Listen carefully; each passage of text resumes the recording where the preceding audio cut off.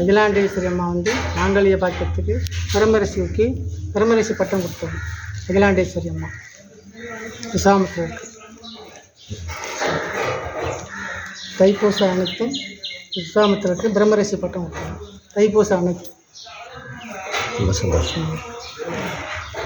அனைவருக்கும் வணக்கம்.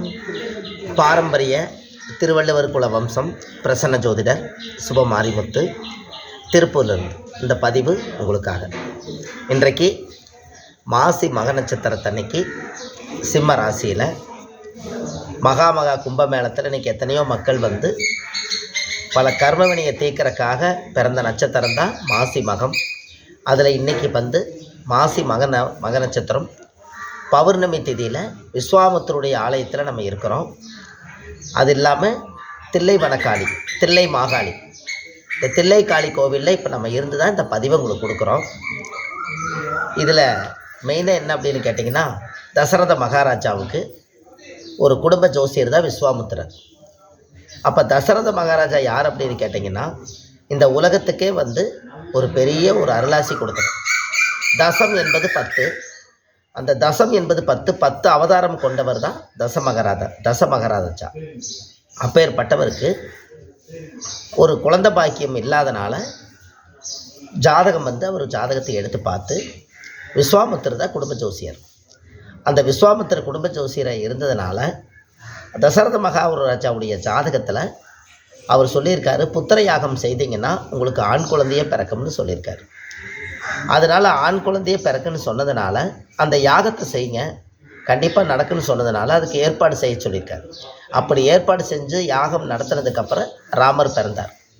அப்பேற்பட்ட ராமர் பிறந்து ராமருக்கு விஸ்வாமித்திரர், வசிஷ்டீஸ்வரர் எல்லாரும் சேர்ந்து ராமருக்கு திருமணம் பண்ணி வைக்கிறாங்க. சீதாதேவியை கல்யாணம் பண்ணி குழந்தைகள்லாம் பிறந்து மக்களோட மக்களாக நல்லா ஆனந்திச்சிட்டாக அவர் வாழ்கிறாரு. அப்படி வாழ்ந்துட்டு இருக்கும் பட்சத்தில் இந்த விஸ்வாமித்திரர் வந்து அவருடைய ஆசீர்வாதத்தால் ராமர்னு பேர் வச்சது விஸ்வாமித்திரர். வசிஷ்டீஸ்வரமும் விஸ்வாமித்திரம் எல்லாம் பண்ணி கடைசியில் பார்த்திங்கன்னா ராவணன் வந்து சீதாதேவியை மீட்டு இலங்கைக்கு கடத்திட்டு போகிறாரு. அப்போ ராமருக்கு கோபம் வருது. பல நாள் பழி வச்சு ஒரு நாள் போய் ராவணேஸ்வரனை கொல்றாரு. அதை கொன்ன உடனே ராமர்கிட்ட இருக்கக்கூடிய சக்தி பூரை இழந்துட்டார். அந்த சக்தி பூரை இழந்தோடனேயுமே கடைசியில் மறுபடியும் திரும்ப பெற முடியல.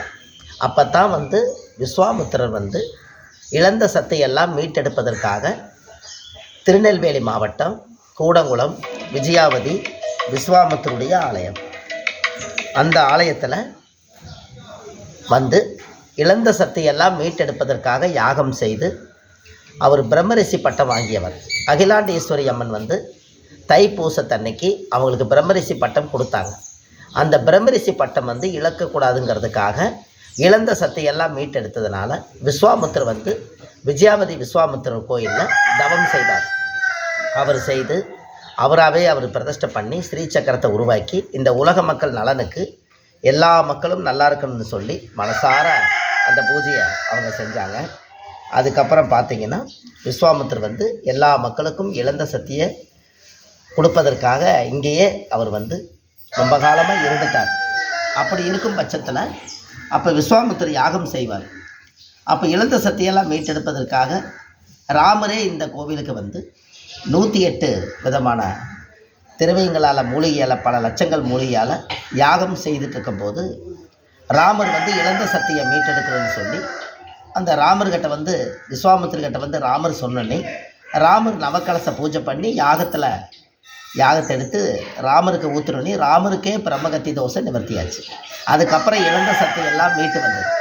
இந்த இழந்ததெல்லாம் மீட்டு வந்தோடனே அதுக்கப்புறம் தான் ராமருக்கு மனைவி திரும்பி வந்தது, லவகுஷன்னு குழந்தைகள் திரும்பி வந்தாங்க, நாடு நகரமெல்லாம் திரும்பி வந்தது, மறுபடியும் ராமர் ஆண்ட நாடு ராமநாடு அரசாண்டாங்க. இப்படி எல்லா விஷயங்களுமே ராமருக்கு ஒரு விசித்திரமானது நடந்ததுக்கு காரணம் விஸ்வாமித்திரர். அப்போ யாருடைய ஜாதகத்தில எல்லாம் லக்னத்தில் மாந்தி இருக்கோ அவங்களுடைய வம்சத்தில் வந்து பிரேத தோஷம், அந்த பிரேத தோஷம் நிவர்த்தி ஆகிறதுக்காக விஸ்வாமித்திரர் கோயிலுக்கு வந்து நவக்கலச பூஜை பண்ணி தீர்த்தம் எடுத்து ஊற்றுறதும் கடலில் உருண்டு வர்றது எல்லாம் செய்தால் அந்த தோஷ நிவர்த்தி ஆகும் என்று பொருள். இப்போ அதில் என்ன ஒரு நல்ல விஷயம்னு கேட்டிங்கன்னா, தில்லைக்காளி கோயிலில் தான் நம்ம இருக்கோம். இந்த தில்லைக்காளி அம்மனுடைய சக்தி என்னென்னா, விஸ்வாமித்திரர் வந்து கடலில் போய் குளிச்சுட்டு வந்து தில்லை காளியை கும்பிட்டு போட்டு தான் அவர் இழந்த சக்தியை மீட்டெடுப்பதற்காக யாகம் செய்தார். எத்தனையோ பேர் விஸ்வாமித்திர கோயிலுக்கு வர்றாங்க, வந்து ஓமகுண்ட விநாயகரை கும்பிடுறாங்க, விஸ்வாமித்திர மகாலிங்கேஸ்வரை கும்பிட்டு போயிடுறாங்க. இந்த தில்லை காளியத்தை விஸ்வாமித்திர வழிபட்டார். அதனால் எல்லாருமே ஒரு முறை வாழ்க்கையில் தில்லை காளியம்மன், தில்லை மாகாளியம்மன் கோயில் சொல்லி விஸ்வாமித்திர கோயில் அருகிலேயே பக்கத்தில் இருக்குது. எல்லோரும் தேங்காய் பழம், பட்டி சூடம், வெத்தலைப்பாக்கு, சாமிக்கு விளக்கு, நல்லெண்ணெய் தீபம், நெய் தீபம், இது எல்லாமே கொண்டு வந்து வச்சு பூஜை பண்ணி மனசார எல்லா மக்களும் உங்கள் ஜாதகத்தை வச்சு பூஜை பண்ணிட்டு போங்க. இந்த இடத்துல இந்த தில்லை காளி அம்மாவுடைய ஆசீர்வாதம் உங்களுக்கு சீக்கிரமாக முழுமையான பலனை கொடுக்கும். குழந்தை பாக்கியம் புத்திர பாக்கியம், தொழில் விருத்தியாகும், குடும்ப விருத்தியாகும், குழந்தை பாக்கியம் கிடைக்கும், இழந்ததை மீட்டெடுக்கலாம், தெய்வ அனுகிரகங்கள் எல்லாமே இருக்குது. அப்பேற்பட்ட தாய் தான் இப்போ நீங்கள் பார்க்க போகிற தில்லை காளியம்மா. இன்றைக்கி வந்து பௌர்ணமி அன்னைக்கு மக நட்சத்திரத்தில் சிம்ம ராசியில் இன்றைக்கி மகா உடைய குளத்தில் இன்றைக்கி ஒரு நீராடக்கூடிய சக்திக்கு இன்றைக்கி வந்து நேராக பாருங்கள், அந்த அம்பாலே வந்து காட்சி கொடுக்குறாங்க. இவங்க தான் தில்லை காளியம்மா. நீங்கள் எதிர்த்து போய் காட்டிங்க.